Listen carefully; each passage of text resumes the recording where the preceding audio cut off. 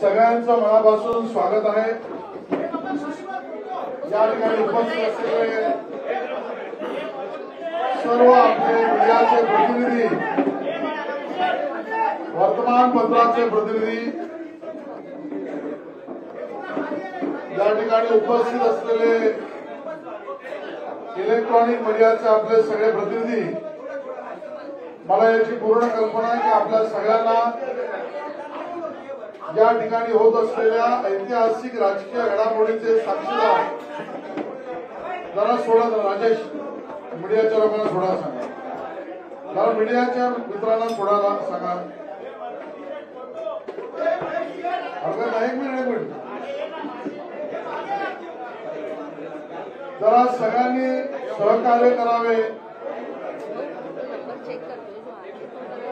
आपल्या मीडियाच्या सर्व मित्रांना आज शांतपणे येण्याची व्यवस्था करण्यात यावी। राजेशजी जरा बघा, नवनाथ बन बघा, संतोष पांडे जरा देखील, सगळे ओमप्रकाश, मीडियाला थोडा कार्यकर्त्यांनी थोडा सहकार्य करावं। कार्यकर्त्यांनी थोडं सहकार्य करावं। बाहेर सुद्धा कार्यक्रम पक्ष प्रवेशाचा आणि माननीय देवेंद्रजी आपल्याशी संवाद करणार आहेत।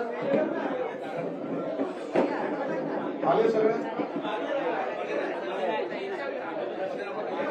येऊ दे।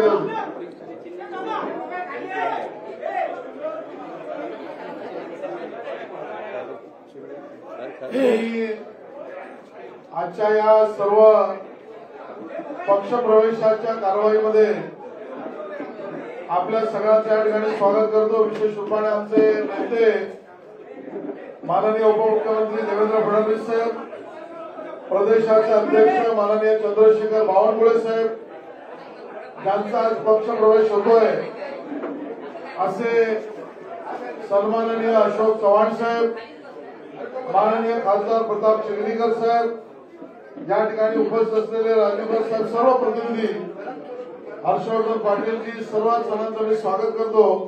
आणि मी माननीय देवेंद्रजींना निवेदन करतो की त्यांनी आपल्याशी संवाद सुरू करावा।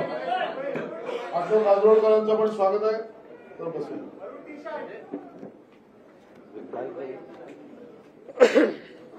माननीय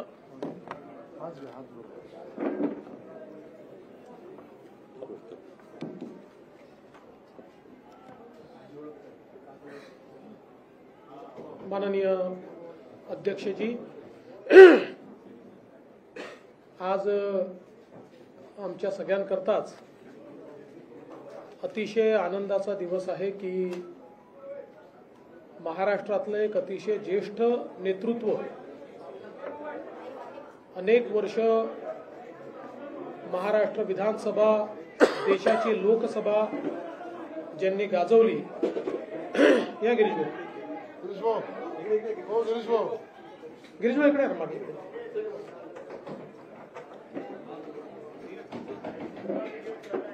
अनेक वर्ष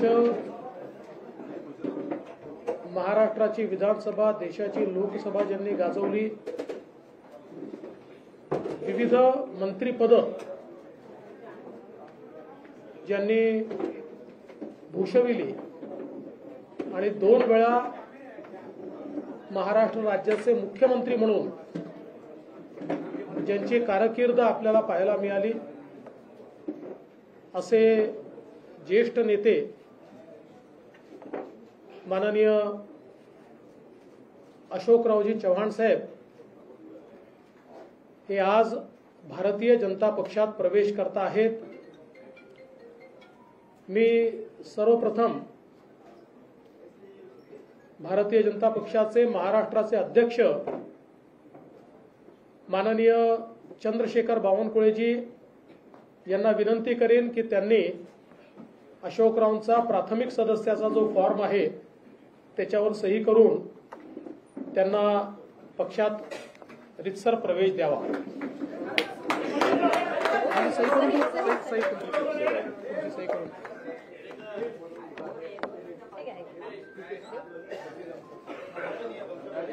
बाकी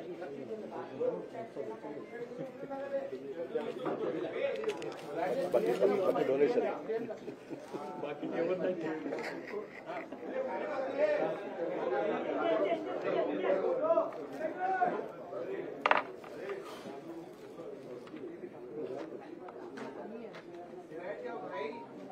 फी पक्षाची फी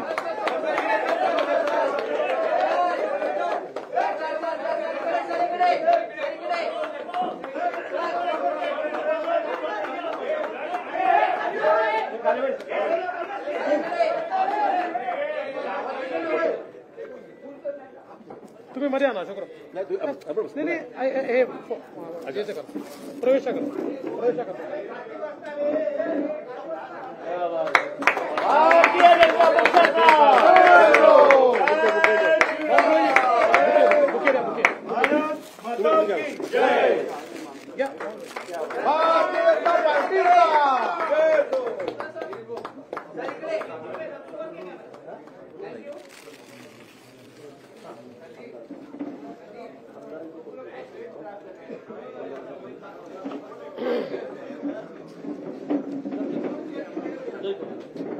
माननीय अशोकराव चव्हाण सर. अमर राजूरकर आहेत. हो. अमर राजूरकरजींचा देखील माजी आमदार या ठिकाणी प्रवेश होत आहे. अमर राजूरकरजी आपल्याला माहिती आहे नांदेडचे आहेत, माजी आमदार आहेत, विधान परिषदेचे सदस्य राहिले आहेत आणि नांदेड जिल्ह्यामध्ये एक अतिशय निष्ठावंत अशा प्रकारचे पदाधिकारी म्हणून वर्षानुवर्ष त्यांनी काम केलं आहे. त्यांचा देखील या ठिकाणी प्रवेश होतोय. या.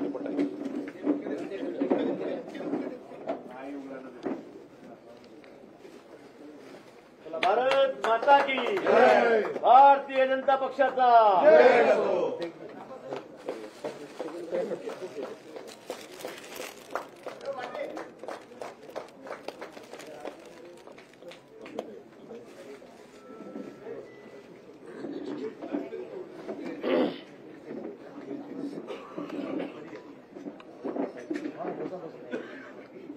सर्वप्रथम मी भारतीय जनता पक्षामध्ये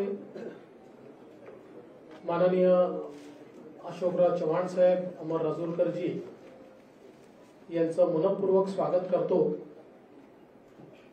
आणि निश्चितच त्यांच्यासारख्या ज्येष्ठ नेत्याच्या प्रवेशामुळे महाराष्ट्रामध्ये भारतीय जनता पक्षाची आणि महायुतीची शक्ती ही भक्कम झाली आहे, ती वाढली आहे. याबद्दल आमच्या कोणाच्याही मनात शंका नाही. आज आपण पाहतोय की देशभरामध्ये माननीय प्रधानमंत्री मोदीजी यांनी ज्या प्रकारे भारताला विकसित करण्याचं स्वप्न पूर्णत्वाकडे नेण्याचं काम सुरू केलं आणि जो बदल, जे परिवर्तन भारतामध्ये दिसायला लागलं, त्यामुळे देशभरातल्या अनेक चांगल्या नेत्यांना आपणही देशाच्या मुख्य प्रवाहामध्ये काम करावं, मोदीजींसारख्या एका मजबूत नेतृत्वासोबत काम करावं, मोदीजींचा जो देशाला पुढे नेण्याचा हा प्रयत्न आहे, या प्रयत्नामध्ये आपणही वाटा उचलावा, अशा प्रकारचा विचार अनेक नेत्यांमध्ये त्या ठिकाणी आला आणि त्यातलं एक प्रमुख नेतृत्व म्हणून माननीय अशोकराव चव्हाणांकडे आपण बघू शकतो. अशोकरावांनी भारतीय जनता पक्षामध्ये बिनशर्त प्रवेश केला. त्यांनी केवळ एवढंच सांगितलं की विकासाच्या मुख्य धारेमध्ये योगदान देण्याची संधी मला द्या, बाकी मला पदाची कुठली अपेक्षा नाही, लालसा नाही. आणि आम्हाला अतिशय आनंद आहे आज. खरं म्हणजे त्यांचा प्रवेश झालाय, अमर राजूरकरजींचा प्रवेश झालाय, पण लवकरच हजारो कार्यकर्ते आणि नेते यांच्या प्रवेशाचा कार्यक्रम देखील आम्ही निश्चितपणे आयोजित करू. महाराष्ट्रामध्ये येत्या लोकसभेच्या निवडणुकीमध्ये त्यांच्या प्रवेशामुळे महाराष्ट्रात आणि विशेषतः मराठवाड्यात आमच्या महायुतीला एक विशेष बळ मिळेल आणि आम्हाला निश्चित त्याचा फायदा होईल हा मला विश्वास आहे। मी पुन्हा एकदा आमच्या सगळ्यांच्या वतीने त्यांचं मनपूर्वक स्वागत करतो आणि माननीय अशोकरावांना बोलण्याची विनंती करण्याच्या आधी समोरून इशारे येत आहेत की हिंदीत देखील बोला आणि अशोकरावांचा प्रवेश हा राष्ट्रीय बातमी असल्यामुळे मी हिंदीत देखिल बोलतो।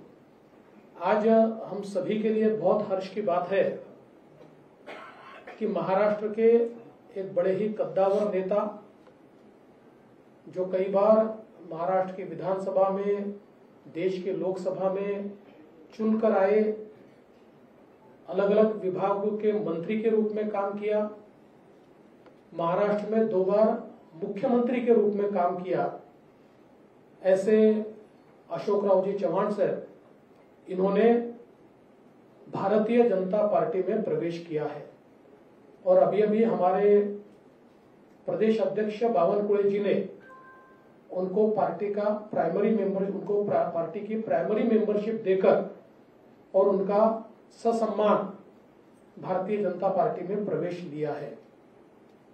हमारे लिए बहुत हर्ष की बात है क्योंकि आज हम सभी लोग देखते हैं कि पूरे देश में मोदी जी ने जिस प्रकार का विकास का कार्य किया है और जिस प्रकार से भारत का चेहरा और चित्र बदला है, इससे प्रभावित होकर कई पार्टियों के बड़े बड़े नेता जो है इनको भी ये लगता है कि देश की इस विकास की राह में हम भी मोदी जी के साथ अपना योगदान दें।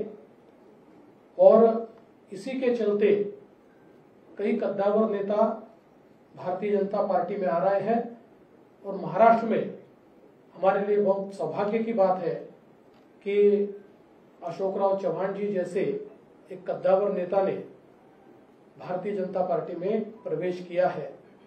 और जब हमारी उनसे चर्चा हुई उस समय उन्होंने बहुत स्पष्ट रूप से कहा कि मैं बड़े से बड़े पद पर रहा हूं, इसलिए मेरे लिए पद कोई मायने नहीं रखता, मैं देश की मुख्य धारा में मोदी जी के साथ योगदान देना चाहता हूं और इसलिए भारतीय जनता पार्टी में मैं प्रवेश कर रहा हूं।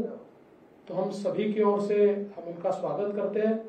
उन्होंने कांग्रेस पार्टी का भी इस्तीफा दिया है और वे विधायक पद पर चुनकर आए थे, उस पद का भी उन्होंने इस्तीफा दिया है और उसके बाद फॉर्मली भारतीय जनता पार्टी को उन्होंने ज्वाइन किया है।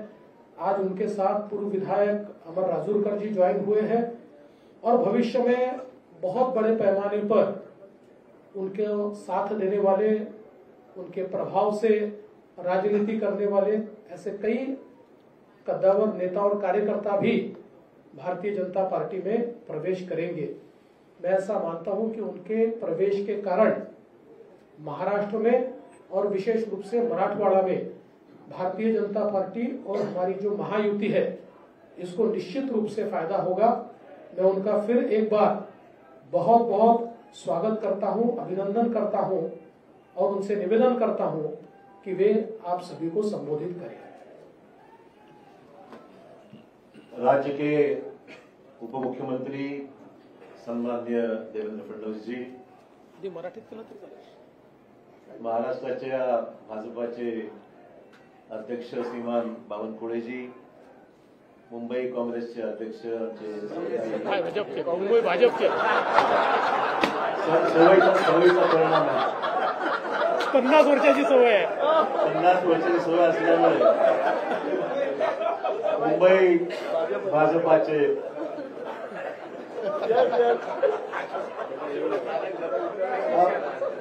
पहिली प्रेस कॉन्फरन्स भाजपाच्या कार्यालयामध्ये होत आहे, तेवढं थोडंसं मला एक्सक्यूज करा, आज पहिला दिवस आहे।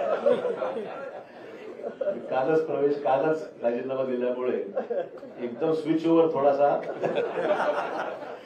परंतु आमचे मित्र भाजपाचे मुंबईचे अध्यक्ष आशिष शेलारजी, खासदार प्रताप पाटील, आमचे पालकमंत्री गिरीश महाजन, लातूरचे आमचे खासदारजी, ज्यांनी आमचे या ठिकाणी उपस्थित असलेले अमर राजूरकरजी आणि सर्व विधान परिषदेतील आमचे नेते आणि सर्व आमचे सहकारी उपस्थित पत्रकार बंधू भगिनी आणि सहकारी मित्रांनो, सर्वप्रथम मी देशाचे प्रधानमंत्री श्री नरेंद्र मोदीजी, देशाचे गृहमंत्री अमित शाह साहेब, भाजपाचे राष्ट्रीय अध्यक्ष जे.पी. नड्डाजी, त्याचबरोबर उपमुख्यमंत्री देवेंद्र फडणवीसजी, बावनकुळेजी, आशिष शेलारजी आणि भाजपाचे असंख्य इथे चाहते ज्यांनी मनापासून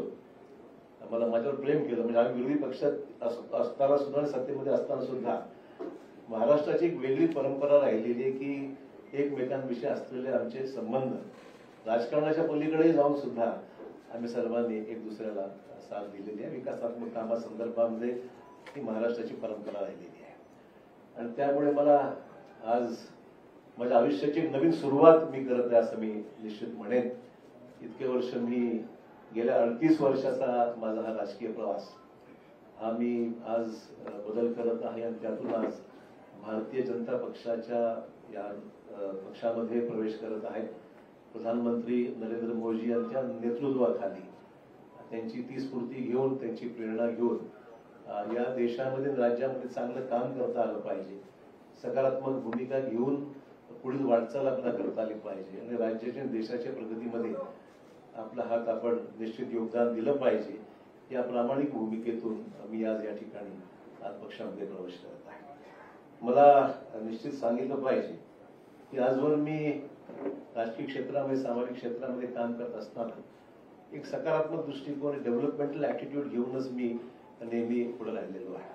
देवेंद्रजी विरोधी पक्ष नेते होते, मी मुख्यमंत्री होतो, तोही कालावधी त्यांनी अनुभवलेला, मी अनुभवलेला आहे आणि डेव्हलपमेंटल कामामध्ये नेहमी पॉझिटिव्ह भूमिका घेऊन आम्ही दुसऱ्याला साथ मी दिलेली आहे. आणि मलाही सुद्धा मला सांगितलं पाहिजे की विरोधी पक्षात असल्यामुळे सुद्धा कधी असं जाणवलं नाही. ठीक आहे, काही सरकारची तक्रारी होत्या, मान्य करेल, सरसकट सर्वांनाच काही समाधान असं म्हणणार नाही, परंतु न्याय जिल्ह्याला, मतदारसंघाला देण्यासंदर्भामध्ये देवेंद्रजींनी निश्चित आमच्यासाठी पॉझिटिव्ह भूमिका नेहमी घेतलेली आहे. असो, त्यामुळे जिथे मी राहिलेलो आहे त्या ठिकाणी मी भाजपवर प्रामाणिकपणे काम केलेलं आहे आणि मी आपल्याला ग्वाही देऊ इच्छितो की भाजपामध्ये आज प्रवेश घेत असताना तीच भूमिका घेऊन प्रामाणिकपणे भाजपामध्ये काम करेन. पक्षालाही कसं ताकद मिळेल, आगामी निवडणुकीमध्ये यश जास्तीत जास्त जागेवर महाराष्ट्रामध्ये, देशात मिळेलच, महाराष्ट्रामध्ये सुद्धा कशा पद्धतीने अधिकच्या जागा या भारतीय जनता पक्षाला मिळू शकतील या बाबतीमध्ये निश्चित माझ्याकडून जो माझा अनुभव आहे, जो प्रयत्न आहे, तो निश्चित माझ्याकडून होणार आहे. हे राजकारण हे एक सेवेचं माध्यम आहे आणि मला वाटतंय की मला कोणावरही व्यक्तिगत टीका टिप्पणी मी कालही स्पष्ट केलेलं आहे. मला ठीक आहे, पक्ष सोडल्यानंतर अनेक सहकारी त्याच्यामध्ये काही विरोधी बोलतात, कोणी काही टिप्पणी करते, काही लोकांनी समर्थन केलंय, विविध ज्याला आपण म्हणू की मतभिन्नता असू शकते. व्यक्तिगत स्वरूपाचे कुठले दोषारोप मी कोणावर केलेले नाहीत, करणार नाही. मी आजपासूनच इथे पॉझिटिव्ह कामाला लागलेलो आहे. मला बावनकुळेजींनी आताच पावती दिलेली आहे पक्ष प्रवेशाची आणि त्यांना मी पैसे देऊन सुद्धा, म्हणजे उधार ठेवलेलं नाही, जी काही फीज आहे ती त्यांना मी पक्ष प्रवेशाची त्या ठिकाणी दिलेली आहे.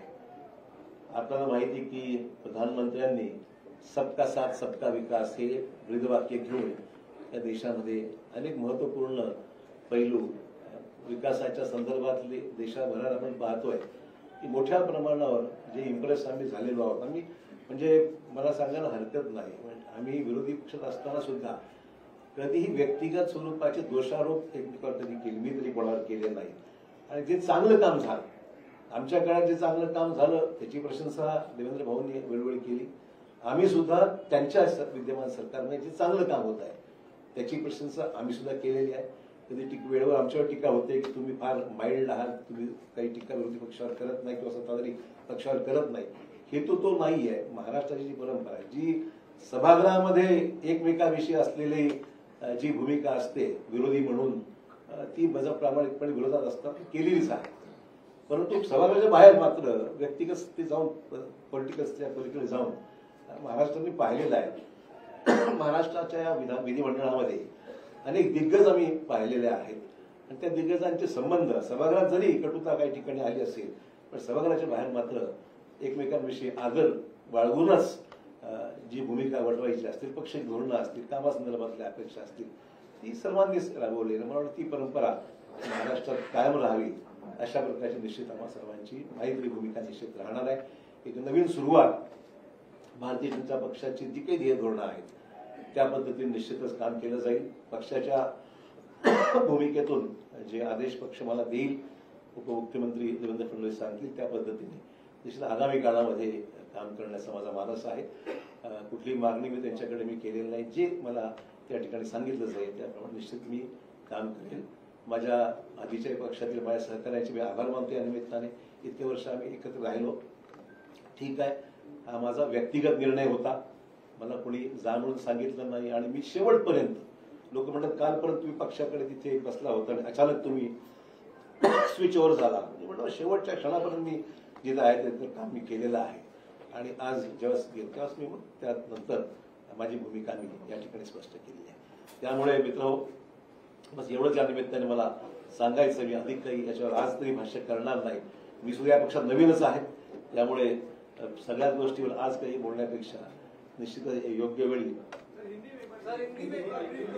मैं आज भारतीय जनता पार्टी में यहाँ पर मैंने प्रवेश लिया है और मैं आभार मानना चाहूंगा देश के प्रधानमंत्री श्री नरेंद्र मोदी जी का, फिर देश के सम्माननीय गृह मंत्री अमित भाई शाह जी का, राष्ट्रीय अध्यक्ष जेपी नड्डा जी का, देवेंद्र फडणवीस जी का, बावनकुळे जी का, आशीष शेलार जी का, सभी नेता जो मेरे साथ में बैठे हुए, मेरे नांदेड़ से आए हुए हमारे सहयोगी अमर राजूरकर जो एमएलसी रह चुके हैं वो भी आए हुए हैं, उनका भी प्रवेश आज हुआ है. मैं आभार मानूंगा भारतीय जनता पक्ष के नेतृत्व की. उन्होंने मुझे आज ये मौका भारतीय जनता पार्टी में आने न्योता दिया और काम करने की मुझे यहाँ पर संधि दी है, एक मौका दिया है. उसलिए मैं उनका तहे दिल से शुक्रिया अदा करता हूँ.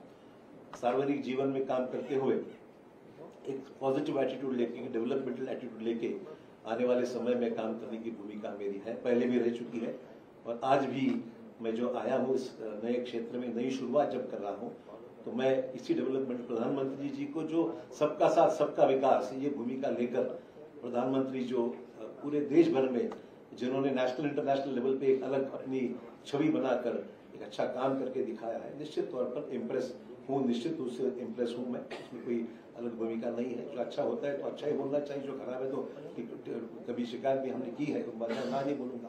आज जब हम देख रहे हैं कि देश के सामने कई चुनौतियां हैं तो चुनौतियों के साथ साथ डेवलपमेंट भी जिस रफ्तार से इस देश में हो रहा है हम सबके लिए बहुत ही प्रशंसनीय है और आने वाले समय में हम सब साथी मिलकर देश में एक पक्की मजबूर भाजपा की सरकार लाने का हमारा प्रयास निश्चित तौर पर रहेगा. बस इससे ज्यादा मैं आपका वक्त नहीं लूंगा. मैं आप सबका आभारी हूँ. एक नई शुरुआत है, कुछ गलतियां छोटी मोटी होती है तो शुरू संभाल लीजिए.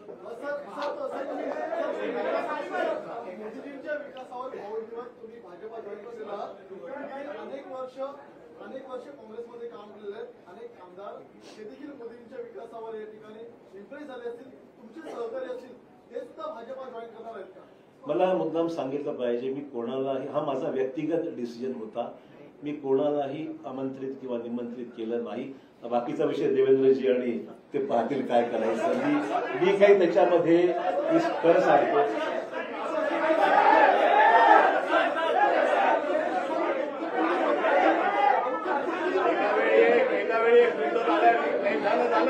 अरे बाबा, हॅलो, अरे शांतपणे असं तुम्ही तुमच्यापैकी कोण काय बोलतंय आम्हाला काही लक्षात येत नाही.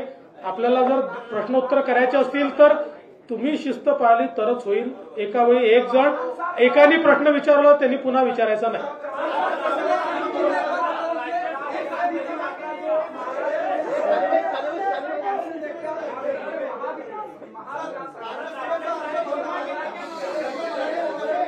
राज्यसभेचा अर्ज भरणार आहेत. असं आहे की राज्यसभेचे अर्ज कोण भरतील, कोण भरणार नाही याचा निर्णय केंद्रीय भारतीय जनता पार्टी करते. केंद्रीय भारतीय जनता पार्टी राज्यसभेच्या आमच्या उमेदवारांची घोषणा करेल. ती केल्यावर तुम्हाला समजेल. महाराष्ट्र आएगी तो किस तरीके से आप उसको देखेंगे, और खासकर महाविकास आघाड़ी लगातार कोशिश कर रही है बीजेपी को महाराष्ट्र के भीतर रोकने के लिए, जो मिशन 45 का बीजेपी ने टारगेट लिया, उसको कैसे देखते हैं? देखिए, चुनाव जब करीब आता है तो स्वाभाविक है कि हम उनसे कोई कॉपरेशन भी तो नहीं कर सकते हैं. ये राजनीतिक जंग है, जंग में उतरने के बाद सब जायज है. वो कोशिश करेंगे, हम भी कोशिश करेंगे. तो मुझे लगता है इसमें कोई नई बात है कि जंग शुरू है, हम भी लड़ेंगे, वो भी लड़ेंगे. आपने कहा कि आपका ये व्यक्तिगत निर्णय है, आपने आगे तक काम किया है. जी. ऐसे बहुत से लोग हैं जो चाहते हैं कि विकास के राह पर आगे जाए, मोदी जी के साथ बढ़ाए, मेन स्ट्रीम में आए. क्या ऐसे लोग को आप कहना चाहेंगे कि भाई? देखिए, पहला ही दिन है, मेरे ऊपर गूगली इतनी मत डालिए आप. मैं इतना ही कहना चाहूंगा, ये काम जो है प्रदेश अध्यक्ष जी बावनकुळे जी बहुत दिनों से कर रहे हैं, और देवेंद्र जी का भी उनको साथ है. उन्होंने कभी उनको जरूरत पड़ी तो मैं उनको कुछ गाइड कर सकता हूँ. मैं इसका जवाब इतना ही देता हूँ कि अशोक राव की मदद कहाँ लेनी है हमको पक्का पता है. हम उचित जगह उनकी मदद लेंगे, आप चिंता मत करिए.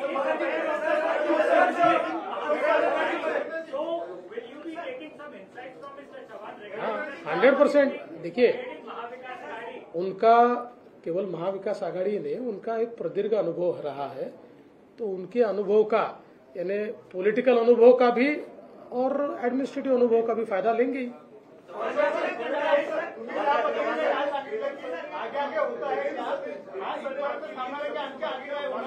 जी. राष्ट्रीय स्तर के नेता एक और राष्ट्रीय घटक चल रहा है. दिल्ली के बॉर्डर पे इस वक्त किसान आंदोलन आया है. उसका आरोप ये लग रहा है कि किसानी का आरोप आपकी पूर्ववर्ती पार्टी कांग्रेस पर लग रहा है कि उन्होंने चाहा है एक बार फिर चुनाव को देखने के लिए. किस कॉन्टेक्स्ट में? देखिए, आरोप प्रत्यारोप तो राजनीति में होते रहते हैं. सवाल ये है कि किसानों की समस्या है देश में, उसको किस तरीके से हैंडल करना है. राष्ट्रीय स्तर पर प्रधानमंत्री सक्षम है, देश के कृषि मंत्री और अन्य मंत्रियों के साथ लेकर मैं समझता हूँ इसको हल करना चाहिए. आपको याद होगा जो किसानों के 3 कानून बना, अल्टीमेटली सरकार ने विड्रॉ किया, पब्लिक ओपिनियन जानकर उसको फैसला लिया गया. तो मैं नहीं समझता हूँ प्रेस्टीज की बात. हम चाहते हैं कि देश के सभी तमाम किसानों को न्याय मिलना चाहिए. किसानों की आत्महत्या को रोक लगाने का, कम करने का प्रयास होना चाहिए.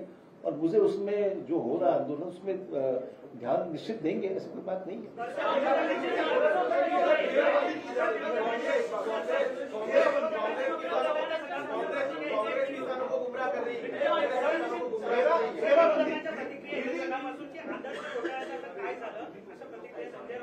हा उशीर आला प्रश्न, पहिलाच यायला पाहिजे. असं आहे काय? अरे भाई, जवाब तो सुनो यार. आप एक आदमी प्रश्न पूछते हो और जवाब भी सुनते नहीं हो. असं आहे, हा प्रश्न हायकोर्टामध्ये आमच्या बाजूने निकाल लागलेला आहे. अपीलमध्ये काही एजन्सीज गेलेल्या आहेत. ठीक आहे, लिगल प्रोसेस जी आहे ती फॉलो होईल. पण हा एक राजनीतिक ऍक्सिडेंट म्हणावा लागेल, मला एवढंच म्हणायचं आहे. आणि I face enough of that. मला वाटतं की फार काही चिंतेचा विषय वाटत नाही.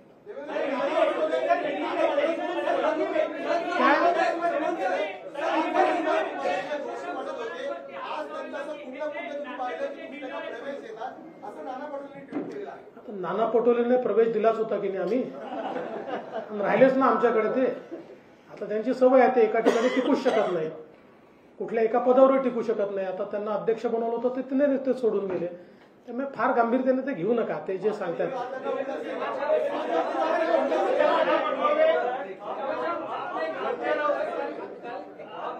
पहले तक कांग्रेस में बैठक में हिस्सा लिया था, उसके बाद अगले दिन क्या ये रातों रात लिया गया फैसला? नहीं, जरूरी नहीं. ऐसा है कि सोच विचार तो चल ही रहा था, और मैं देख रहा था अच्छा मुहूर्त है आज का, तो उसने कर दिया उसने.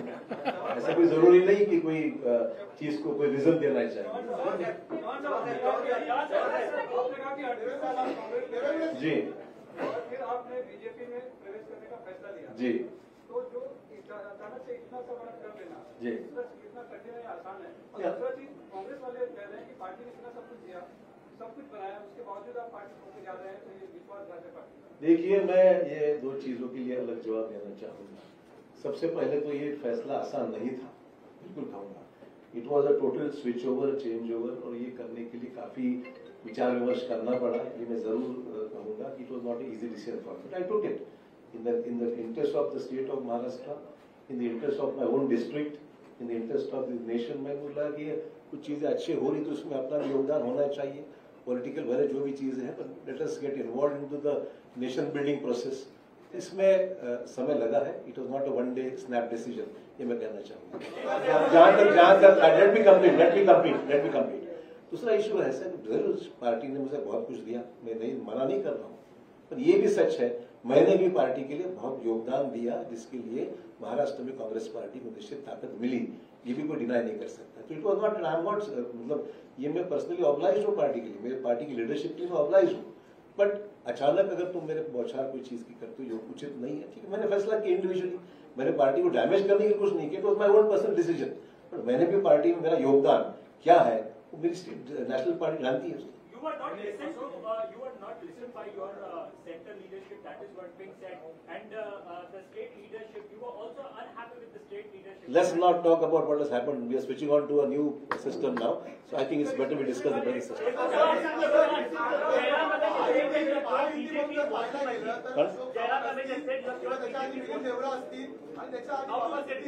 तीन मोठे नेते आहेत ज्याच्या दोन तीन पिढ्या काँग्रेसमध्ये होत्या, त्यांना आता महायुतीमध्ये प्रवेश केला आहे। ही परंपरा राखली आहे। दुसरी परंपरा होती विरोधी पक्ष नेते महायुतीमध्ये येण्याची, ती पण कायम राहील या काळामध्ये। ते विरोधी पक्ष नेत्यांना तुम्हाला विचारावं लागेल। आमचा काही एक मी स्पष्टपणे सांगतो, आम्ही कुठलंही टार्गेट घेऊन चालत नाहीये, पण ज्या ठिकाणी आम्हाला असं वाटतं की हे नेते आपल्यासोबत येऊ शकतात आणि त्यांच्या येण्यामुळे पक्षालाही फायदा आहे, राज्यालाही फायदा आहे, अशा अनेक नेत्यांची आमची चर्चा चालू असते। त्यांना जर असं वाटलं की नाही मुख्य धारेमध्ये आपण गेलं पाहिजे, मोदीजींसोबत गेलं पाहिजे, तर आमचा म्युच्युअल त्याच्यात तो विचार फायनल होतो आणि त्याच्यानंतर प्रवेश होतो। तर हे खरंच आहे की अजून काही नेते आमच्यासोबत चर्चेमध्ये आहेत। नाही, असं काही यादी वगैरे हा विषय नाही, नाही असा काही 14 आमदार आणणार आणि ते वगैरे हे आकड्यांमध्ये आम्हाला जायचं नाही। मी एवढंच सांगतो की जमिनीशी जुडलेले जे नेते आमच्यासोबत येतील त्यांचं आम्ही स्वागत करू।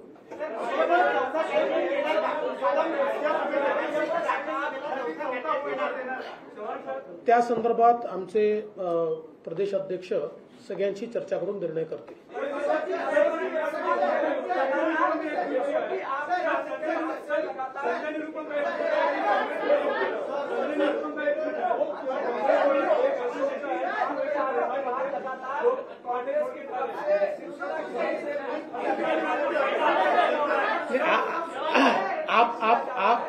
आपने जिनकी बात की मैं उनको अड़चन में नहीं लाना चाहता, पर उनका भी इंतजार है, उनसे हमारी कोई बातचीत नहीं है। पर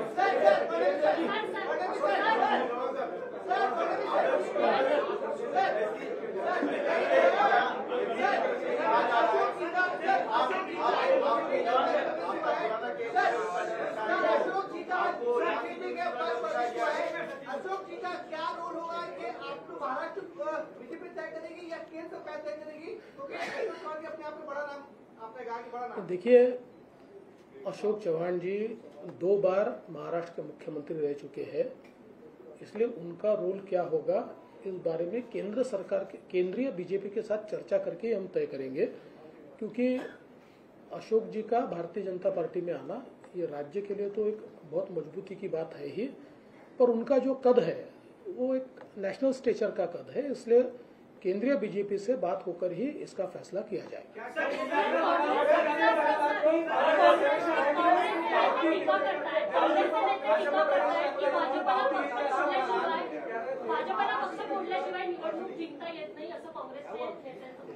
माझा त्यांच्यावर उलटा आरोप असा आहे की त्यांना त्यांचा पक्ष सांभाळता येत नाही, त्यांना त्यांच्या पक्षात नेते सांभाळता येत नाही, त्यांना त्यांच्या पक्षामध्ये मोठ बांधता येत नाही, कारण कोणाचा पायपोस कोणाच्या पायात नाही। आज हे सगळे मोठे नेते इतके वर्षाची त्यांच्या पक्षातली पुण्य सोडून आमच्यासोबत का येत आहेत, याचं कारण आहे की आज काँग्रेसमध्ये जे वातावरण आहे, आज काँग्रेसमध्ये पार्टी कुठल्या दिशेने चालली आहे हेच कोणाला समजत नाही।